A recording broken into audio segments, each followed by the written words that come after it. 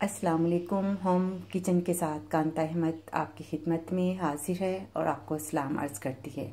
आज मैं आपको चपली बैंगन बनाने का तरीका बताऊंगी। आपको एक अदद बैंगन चाहिए और इसके अलावा आपने इस बैंगन को आपने स्लाइस कर लेने हैं और इसके अलावा जो चीज़ें चाहिए वो आप नोट कर लें। ये ब्रेड का चूरा है, हल्दी है, नमक है, ये इमली का गुद्दा है, बेसन आधा कप, कुटी हुई लाल मिर्च, पानी आपको पेस्ट बनाने के लिए और तेल आपको फ्राई करने के लिए। अब आपको इसका तरीका बताती हूँ। तो सबसे पहले आपने इमली का पानी जो है उसमें ऐड करना है। आपने एक बाउल में उसका जो गुद्दा है वो आपने यूज़ करना है।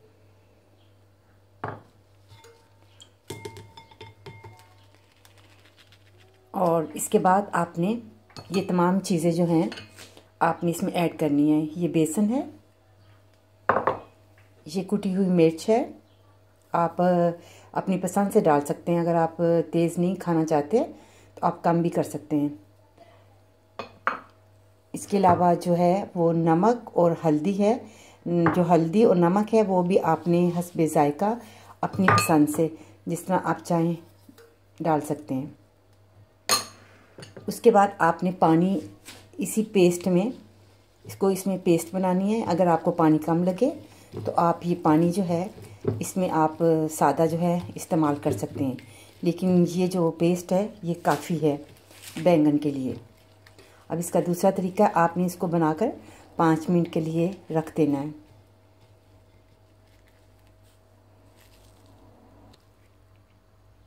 आपने जो हमने पेस्ट बनाई थी तो आपने उसको पेस्ट को ये सारे बैंगनों के दोनों साइड पे आपने इसको अच्छी तरह लेप कर आपने रख देना है 5-6 मिनट के लिए ना। तो ये मैंने इस पे वो जो पेस्ट बनाई थी वो मैंने इसके ऊपर लगा दी है।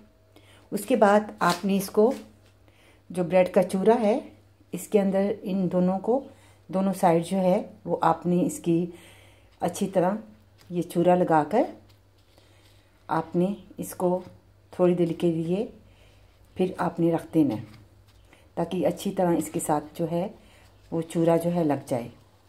और ये तेल गरम हो रहा है और फिर आपने इसके अंदर फ्राई करने हैं।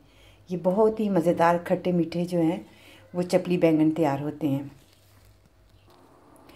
अब ये तेल गरम हो गया तो अब हम बैंगन जो हमने इनको लगा के मसाला रखा था वो हम इसमें ऐड कर देते हैं।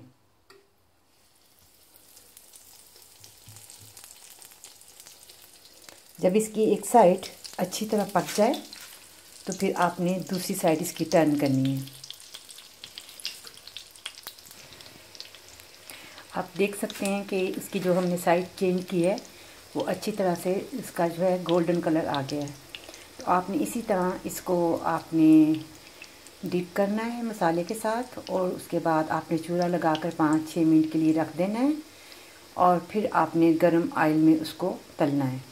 और अब आपके सामने ये जो चपली बैंगन हैं खट्टे मीठे वो तैयार हैं। अगले प्रोग्राम के लिए इजाज़त। नई डिश लेकर आपकी खिदमत में हाजिर होंगी। आप देख सकते हैं कि मैंने आपके सामने किस तरीके से चपली बैंगन बनाए हैं और आप इसको चावल के साथ भी खा सकते हैं और इसे आप ब्रेड के अंदर भी अगर आप रखना चाहें सैंडविच के तौर पर तो तब भी आप खा सकते हैं। तो ये आज की डिश आपके सामने है, चपली बैंगन